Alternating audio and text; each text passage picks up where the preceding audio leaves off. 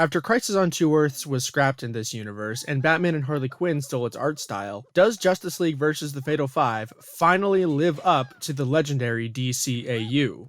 It's Days of Future Past. A group of superheroes from the 31st century is pinned down and overrun by a villainous group known as the Fatal Five, though they currently only have 3 members. After they steal the hero's time machine, they travel back in time to present day, followed closely by Thomas Cowler, aka Starboy, who manages to shut down the machine and put the Five into a kind of stasis. When Starboy tries to get meds for his schizophrenia, meds which don't exist yet, he's taken into Arkham by Batman. 10 months later, Superman and Mr. Terrific are able to take the Five out of stasis to learn who they are, but are immediately attacked. Using their powers and futuristic technology, they manage to take down Superman and leave to pursue something called Limelight, which is the key to freeing their captured allies. Limelight turns out to be Jessica Cruz, a young woman who narrowly escaped with her life after 2 of her friends were murdered in front of her while they were hiking. For a reason she can't fathom, a Green Lantern ring has chosen her, and with all of the other lanterns off-world, Wonder Woman has been trying to recruit her into the Justice League. Starboy sees the Five on TV, which jogs his memory enough to urge him to action, and all parties race to save Jessica before the Five can kidnap her. After an encounter or two, diving into Starboy's mind to learn the truth of who he is, when he's unable to consciously recall because, schizophrenia, and a city-wide bomb threat, Jessica willingly takes the Five to Oa in the present day, where the future heroes brought the Five's other members, as the Lanterns have been wiped out by their time and only they can contain them. Though Jessica calls on the few Lanterns that are available, they're all defeated by the reunited Fatal Five, and after the evil Emerald Empress absorbs all the power from the Green Battery, they return to Earth to destroy its sun before returning to the future where they can rule without the League's descendants harassing them. Though the League is subdued, Jessica is able to overcome her fear and rise to the challenge, defeating the Five, but not before their plan goes into motion and the sun starts to break down. Realizing that he's the only one that can stop its destruction, Starboy sacrifices himself to restore it. Roll credits. To start with the elephant in the room, this movie completely flies in the face of any kind of continuity with the universe it's set in. Other Green Lanterns are a thing, not just Jon Stewart and the odd cameo. Mr. Terrific is present, but no one else is from Unlimited. Brainiac 5 is present, but Supergirl, who stayed with him at the end of her storyline,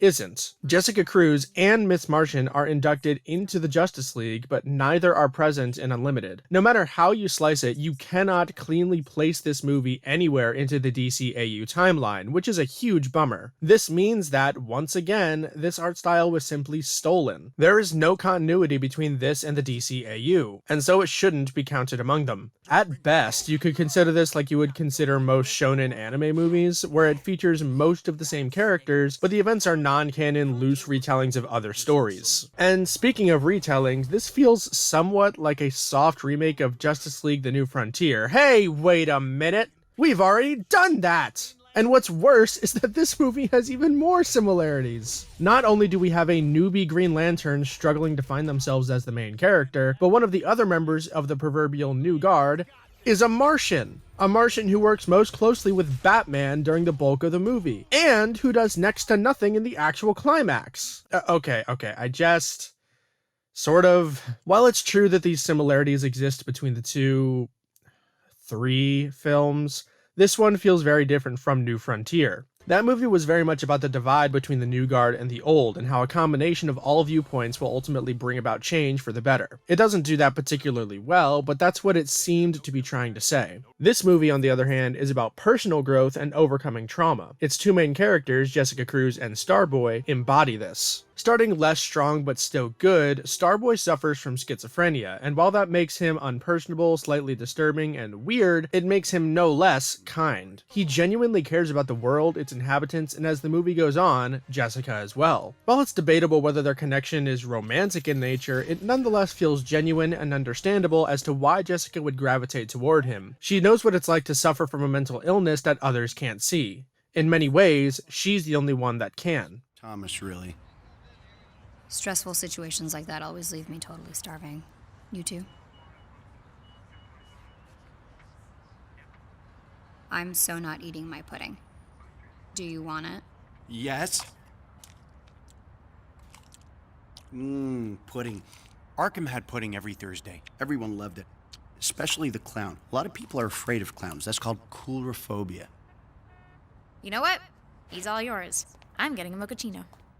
Starboy's problem is twofold. First, it only becomes clear that he's acting as a parallel to Jessica after they meet about halfway through the movie. Before that, I wasn't sure if he was suffering from some kind of weird half amnesia or was just erratic by nature. The movie says that he has schizophrenia, yes, but the movie also says that Jessica suffers from anxiety when she actually suffers from agoraphobia as a result of PTSD and survivor's guilt, so I wasn't ready to take what the characters say as fact. The second issue is that he doesn't really undergo a change. His illness is portrayed wonderfully and the actor really sells the role, but he doesn't have to go through a personal struggle in the same way that Jessica does. While strange, he was always a hero and he died in just that way. So while his death was impactful, it wasn't as impactful as it could have been. Thankfully, Jessica Cruz fares much better. She's probably the best newly introduced character we've gotten since, like, Constantine and Zatanna, though they don't really go through much of an arc either. A closer comparison could be drawn to someone like Kara Zor-El from Superman Unbound. Both women are suffering from survivor's guilt due to a great personal loss, and their journey is about overcoming that fear. However, while Kara in that movie has like 3 emotions, Jessica is a fully fleshed out character, with a realistic, if rushed, portrayal of healing. This movie not only states it at several points, but shows us the depths of anxiety and paranoia she's fallen into between the time of her attack and the events of the movie. Many locks on her door, trying to hide as much of herself as possible when she does go out, traumatizing nightmares of the attack, circle jerk therapy sessions, the works. We very clearly understand how damaged she was by the near death, so we can more easily appreciate the steps that she takes to help herself. Even though it looks like they don't work, Jessica is seen trying her therapist's suggestion of using a mantra to help calm herself.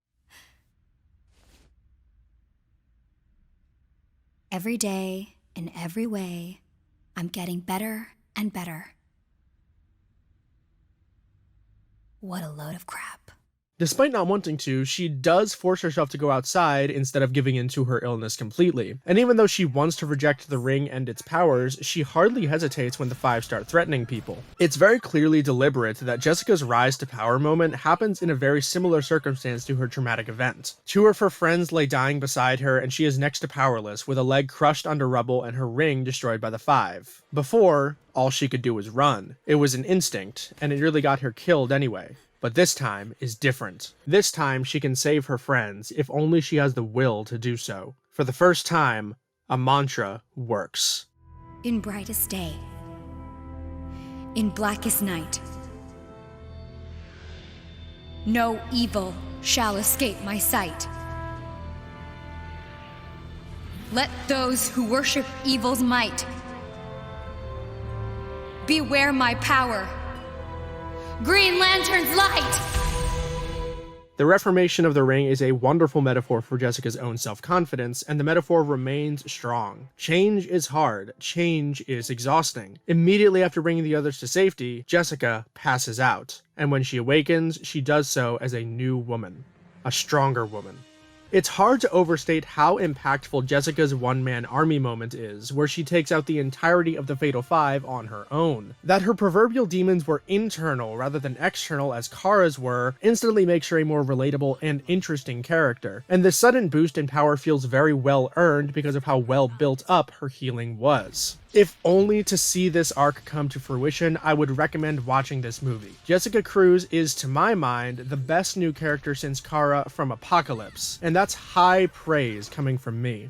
Unfortunately, not everything is good. To start, the animation is questionable. It feels like everything is in fast forward except like half of the dialogue, making many scenes feel rushed and lacking a punch. Check this out. Who are you? What the hell is going on? Starboy, he just said it. And you shouldn't have used your ring. Why? When lambs is lost in the mountain, they cry. Sometimes come the mother, sometimes the wolf. Who are the wolves? The 5. I counted 3. Looks like 3, but it's 5. I remember. The same can be said for the action scenes. While many are well animated and the shots are dynamic and interesting sometimes, they happen so fast that it kind of makes it hard to appreciate at times. Thankfully, the one they got very right was the most important one, Jessica versus the Fatal 5. As well, the other new characters are bad. The Fatal 5 is possibly the most boring villain team we've seen in this catalog. ever. None of them have any kind of nuance or depth, and they're not even fun in their villainy. They don't twirl their mustaches and gloat about things. They're just vaguely evil and menacing. In this universe, Superman has bested Darkseid in a fight, and yet he's being bodied by this no-name bozo from the future. In some ways, I almost wish the Five were tied into Jessica's trauma, because at least then they'd be interesting by proxy, but alas. Finally, Miss Martian is completely worthless. A fair amount of screen time is devoted to her trying to impress the League enough to gain admission into their ranks. Just so much is strange about her inclusion. For one, Martian Manhunter, her uncle, isn't present. Why? In fact, he, Jon Stewart, The Flash, and Hawkgirl are all absent, but I digress. Second, if she isn't going to be important or have a compelling character arc, why was she given that screen time? Mr. Terrific is in much the same boat narratively, but he isn't given nearly as much time devoted to him. Now, Miss Martian does have some accomplishments, stopping a train, getting the heroes into Starboy's mind, sure. But these could have just as easily been accomplished if she was introduced as, oh, this is our newest member, Miss Martian, instead of wasting our time and attention on her trying to gain that admission. And she doesn't even really earn it. In the final battle, the extent of her contribution is getting Batman and Mr. Terrific into the military base. Great. I honestly think this speaks for itself, so I won't dwell on it. If you want a proper representation of the character that actually has depth to her, go to Young Justice. Overall, Justice League vs. the Fatal Five is a mixed bag, but one with an overall positive effect. It relies very heavily on the strength of its two main characters, their journeys, and the individual ideas that permeate throughout the film, though they ultimately don't mesh very well as a finished product. If you're interested in stories about trauma and the healing process, but want a superhero twist, then this might be the one for you. Finally, another good standalone.